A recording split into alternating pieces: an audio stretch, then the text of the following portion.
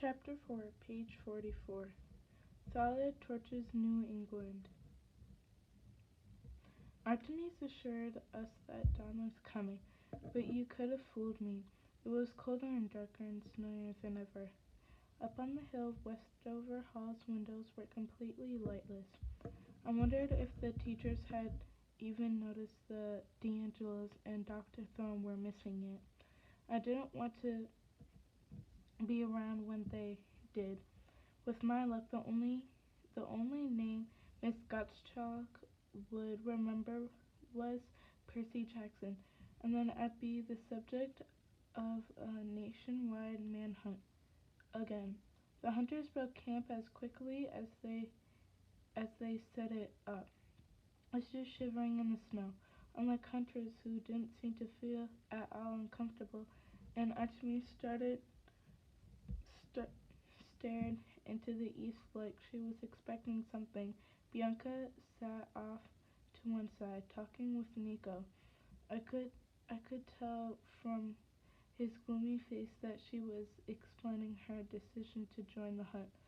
I couldn't help thinking how selfish it was of her abandoning her brother like that. Thalia and Grover came up and huddled around me, anxious to hear what had happened in my audience with the goddess. When I told them, Grover turned pale. When I told them, Grover turned pale. The last time the hunters visited camp, it did not go well. How'd they even show up here? I wondered.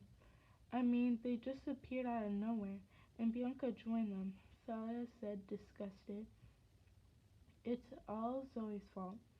That stuck-up no-good. Who came to who can blame her? Who can blame her? Grover said.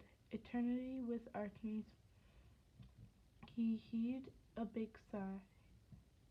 Thalia rolled her eyes. You satyrs, all you're all in love with Artemis. Don't you get what she'll never love don't you get that she'll never love you back? But she's so into nature, Grover swooned. You're nuts, said Thalia. Nuts and berries? Grover said dreamily. Yeah. Finally, the sky began to lighten. Artemis muttered, about time, he's so lazy during the winter. You're, waiting for sunrise? I asked. For my brother, yes. I didn't want to be rude. I mean, I knew the legends about Apollo, or sometimes Helios, driving a big sun chariot across the sky. But I also knew that the sun was really a star about a zillion miles away. I'd gotten used to some of the Greek myths being true, but still, I didn't see how Apollo could drive the sun.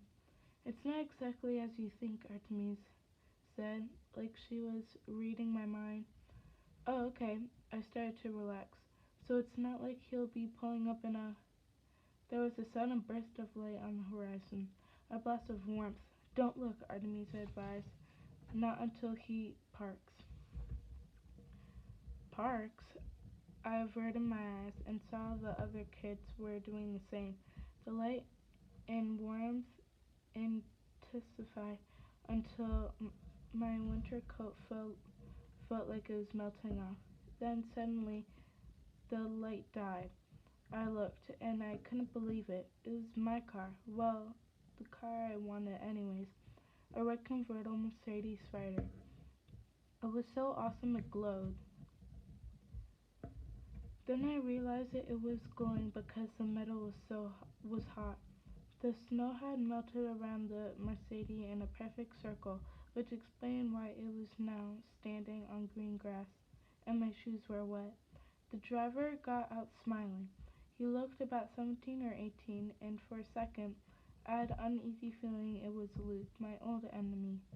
This guy had the same sandy hair and outdoorsy good looks, but it wasn't Luke. This guy was taller, with no scar on his face like Luke's.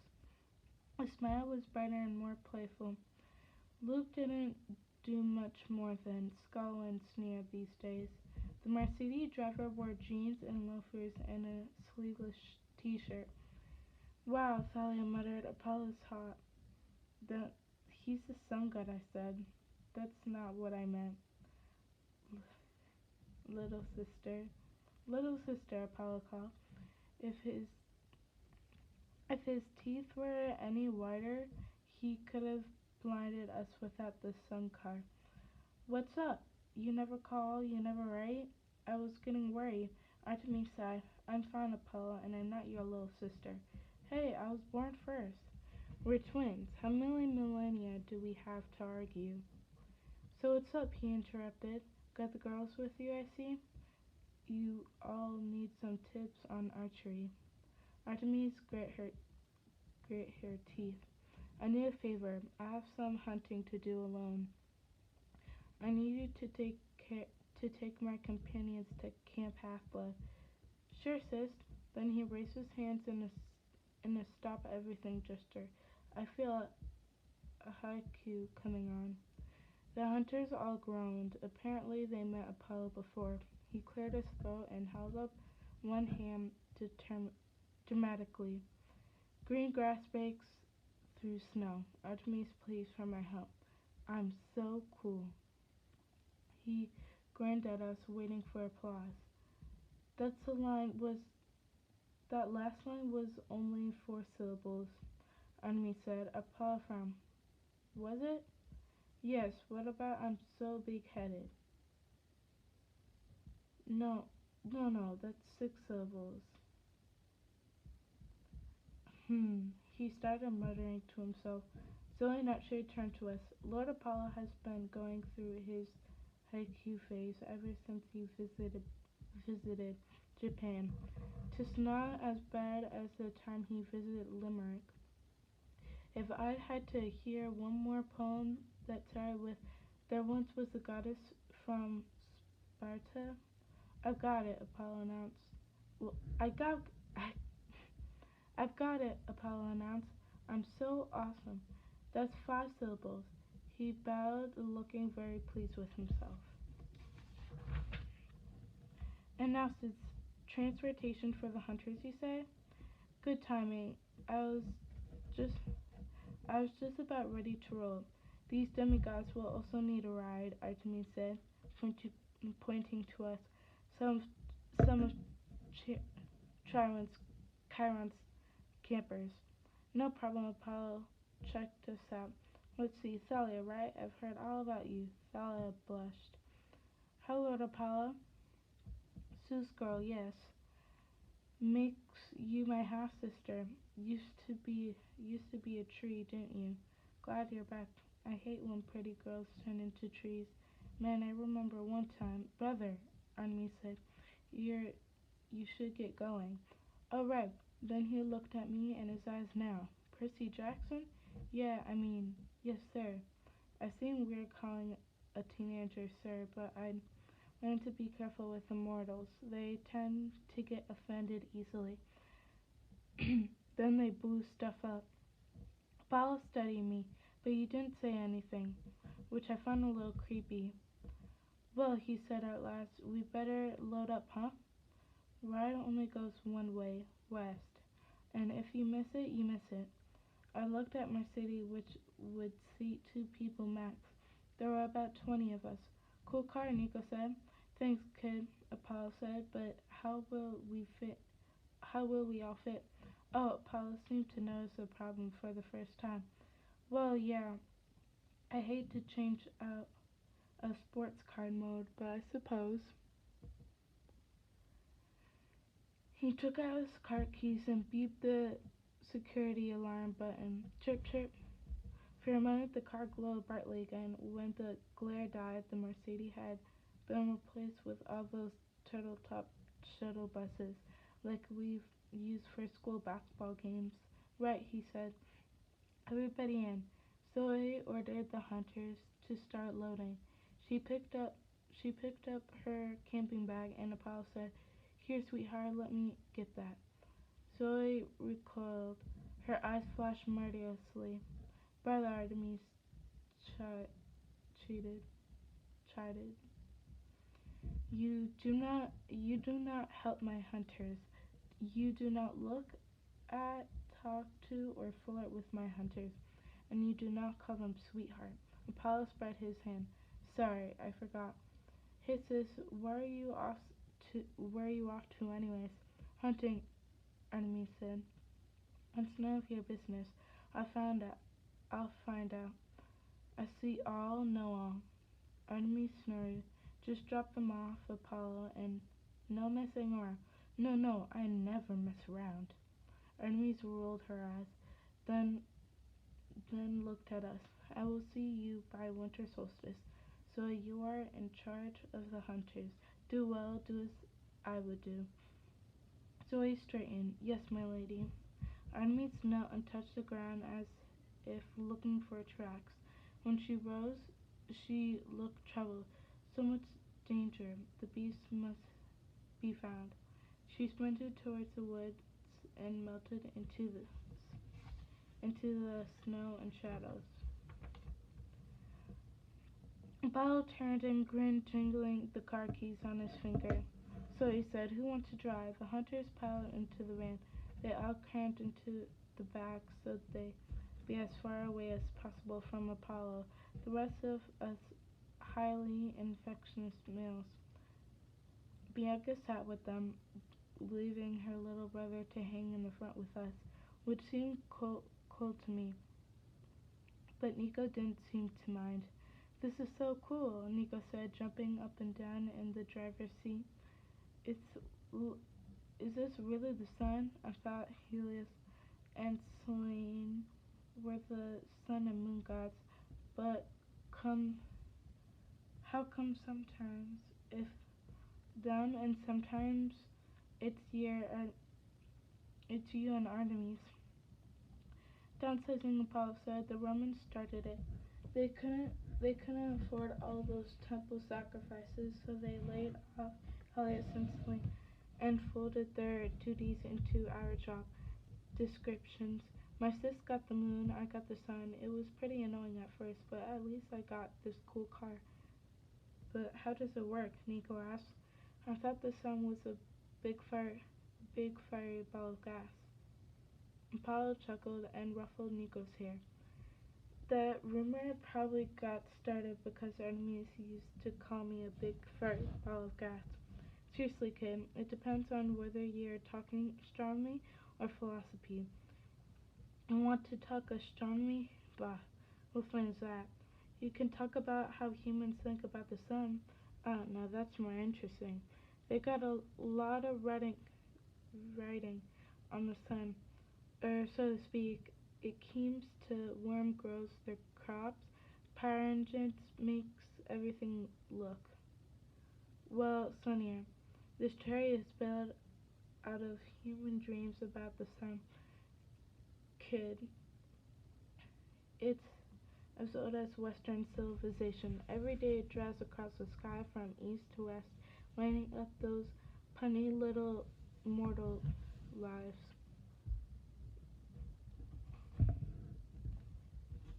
The chariot is the manifestation of the sun's power, the way mortals perceive it.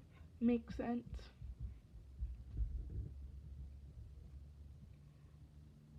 Nico shook his head. No. Well then, it, just think of it as a really powerful, really dangerous solar car. Can I drive? No, too young. Ooh, Grover raised his hand. No, Apollo said. Too furry. He looked past me and focused on Thalia. Daughter of Zeus, he said.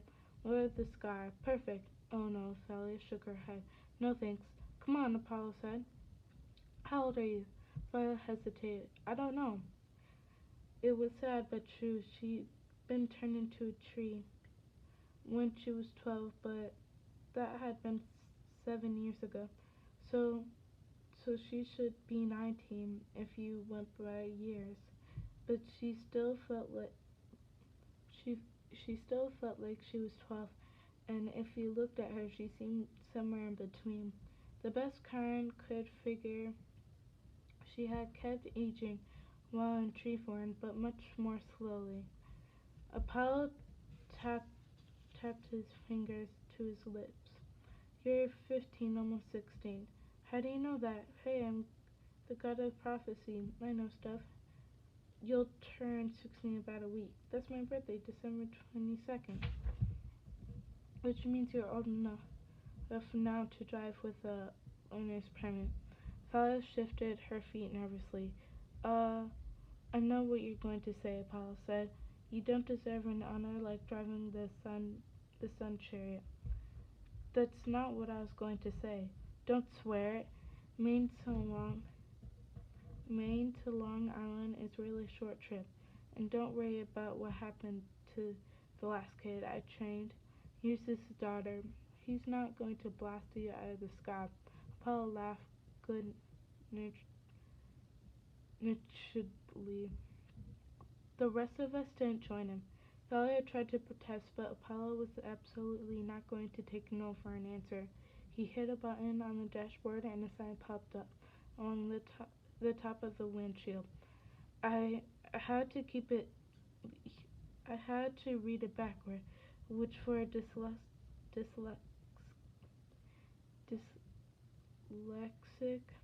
really isn't that different from reading forward. I was pretty sure it said warning, student driver. Take it away, Apollo told Thalia. You're going to be natural. I'll admit I was jealous. I couldn't wait to start driving. A couple of times that fall, my mom had taken me out to Montauk when the beach road was empty, and she'd let me try her Mazda. I mean, yeah, that was a Japanese compact, and this was the sun's chariot, but how different could it be?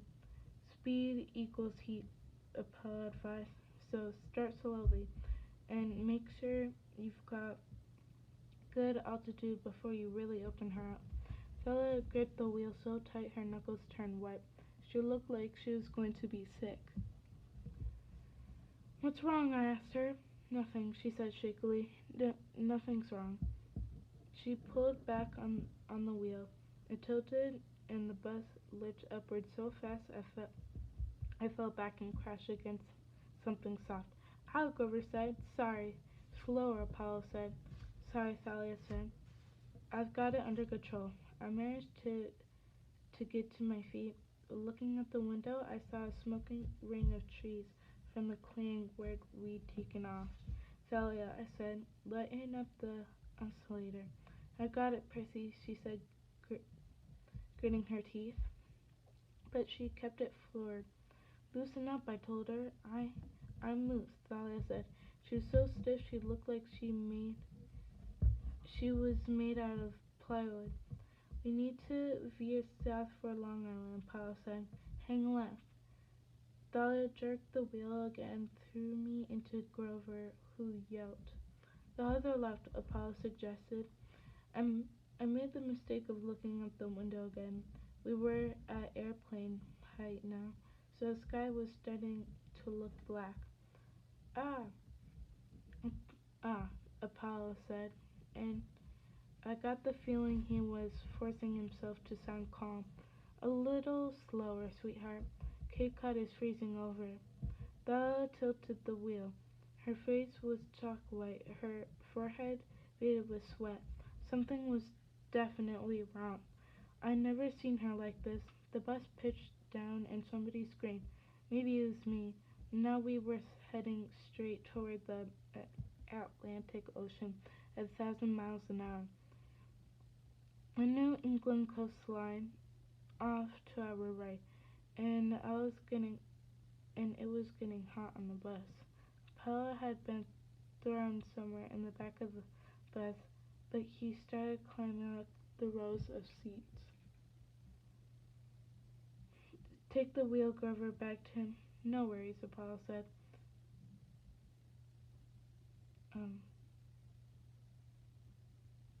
He looked plainly worried. She just had to learn to. Whoa! I saw that he was singing. Down below us was a little snow-covered New England town. At least it used to be snow-covered. As I watched the snow melted off the trees and the roofs of lawns, the white steeple on the church turned brown and started to smolder. Like little plumes of smoke like birthday candles were popping up all over the town. Trees and rooftops were catching fire. Pull up, I yelled. There was a wild light in Thalia's eyes. She yanked back up on the wheel, and I held on this time. As we zoomed up, I could see through the back window. The fires in the town were being snuffed out by sudden blast of cold. There Apollo pointed. Long Island, dead ahead. Let's slow down, dear. Dead, that is only an expression. Thalia was thundering toward the coastline of northern Long Island. There was Camp Half-Blood, the valley, the woods, the beach. I could see the dining pavilion and cabins and the amphitheater. I'm under control, Thalia muttered. I'm under control. We were only a few hundred yards away now. Brake, Apollo said. I can do this. Brake! Thalia slammed her foot on the brake, and the sun buzzed pitch forward at a 45-degree angle, slamming into the Camp Half-Blood canoe lake with a huge floosh. Steam billowed up, sending several frightened natives screaming out of the water with half-living wicker baskets. The bus bobbed to the surface along with a couple of capsized, half-melting canoes. Well said, Apollo, with a brave smile. You were right, my dear. You had everything under control. Let's go see if we boil anyone important, shall we?